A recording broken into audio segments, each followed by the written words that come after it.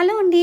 ఫ్లఫీగా, సాఫ్ట్‌గా ఉండేటటువంటి రాగి బందోస ఎలా చేసుకోవాలో ఈ వీడియోలో చూసేద్దాం. ముందుగా ఒక గ్లాస్‌తో సౌజీ తీసుకోండి. ఉప్మా రవ్వ అంటాం కదా! అదే అనమాట. తర్వాత అదే గ్లాస్‌తో రాగి పిండి తీసుకోండి. 2 ఏ గ్లాస్‌తో అయితే తీసుకున్నామో అదే గ్లాస్‌తో పెరుగు కూడా తీసుకోవాలి.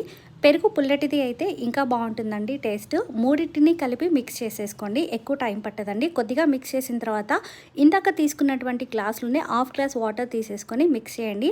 మీకు ఎక్కువ టైం పట్టదండి. ఒక 2 మినిట్స్‌లోనే మంచి కన్సిస్టెన్సీలో వస్తుంది పిండైతే.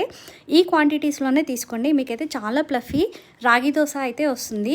అండ్ ఆ తర్వాత ఒక పాన్ పెట్టుకొని కొద్దిగా ఆయిల్ వేసి ఆవాలు, జీలకర్ర వేసి సన్నగా తరిగి పెట్టుకున్నటువంటి ఉల్లిపాయ ముక్కల్ని అందులో వేసేయండి. కాస్త ఎర్రగా వేగిన తర్వాత సన్నగా తరిగి పెట్టుకున్నటువంటి పచ్చిమిర్చి, కొత్తిమీర, కరివేపాకు అందులో వేసేసేయండి. ఇది వేగుతూ ఉన్నప్పుడే మీరు పక్కన పెట్టుకున్నటువంటి పిండిలో తగినంత ఉప్పు మిక్స్ చేసేసుకోండి.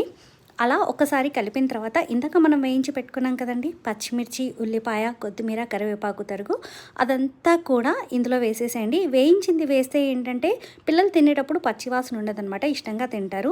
ఒక చిటికెడు వంట సోడా వేసుకోండి. అది ఆప్షనల్ అండి, కావాలంటే వేసుకోవచ్చు లేకపోతే లేదు. తిరగమూత వేసేటటువంటి చిన్న బౌల్స్ ఉంటాయి కదండి నాన్ స్టిక్వి, అందులో కొద్దిగా ఆయిల్ వేసేసి ఈ పిండి అందులో వేసేయండి.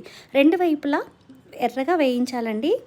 దీనికి కాంబినేషను టమాటా చట్నీ అనమాట. అందుకనే నేను చేసి పక్కన పెట్టుకున్నాను. దాని రెసిపీ కావాలి అంటే కామెంట్ చేయండి. ఇలా ప్లఫీగా వస్తాయండి. జస్ట్ ఒక 2 మినిట్స్‌లోనే అయిపోతుందనమాట. రెండు వైపులా మంచిగా కాల్చుకొని తినేయడమే. పిల్లలైతే ఎంతో ఇష్టంగా తింటారు. చాలా అంటే చాలా సాఫ్ట్‌గా ఉంటాయి. ఇలాంటి మంచి మంచి రెసిపీస్ కావాలి అంటే కామెంట్ చేయడం మర్చిపోకండి.